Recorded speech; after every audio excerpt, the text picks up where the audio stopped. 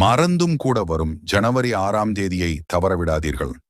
அன்று சங்கடஹர சதுர்த்தி வருகிறது. வினைகளை தீர்ப்பான் விநாயகர் என்ற பழமொழிக்கு ஏற்ப அன்று நீங்கள் விநாயகரை வழிபட்டால் எப்படிப்பட்ட துன்பங்களும் பறந்து ஓடும்.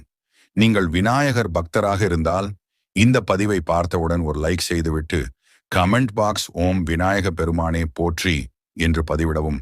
நம் அருள் திருமலை சேனலை சப்ஸ்கிரைப் செய்து கொள்ளுங்கள். வளர்பிறை தேய்பிறை என மாதத்திற்கு இருமுறை சதுர்த்தி வருவது உண்டு. இவற்றில் தேய்பிறையில் வரும் சதுர்த்தியை சங்கடஹர சதுர்த்தி என்று போற்றுகின்றோம். வளர்பிறையில் வரும் சதுர்த்தியை விட தேய்பிறையில் வரும் சங்கடஹர சதுர்த்தி நாளில் அதிகமானவர்கள் விரதம் இருந்து விநாயக பெருமானை வழிபடுவது உண்டு. சங்கடம் என்றால் துன்பம், ஹரம் என்றால் அறுப்பது. எப்படிப்பட்ட துன்பத்தையும் அழிக்கக்கூடிய சக்தி வாய்ந்த சதுர்த்தி விரதம் என்பதாலேயே சங்கடஹர சதுர்த்தி அன்று அதிகமானோர் விரதம் இருக்கிறார்கள்.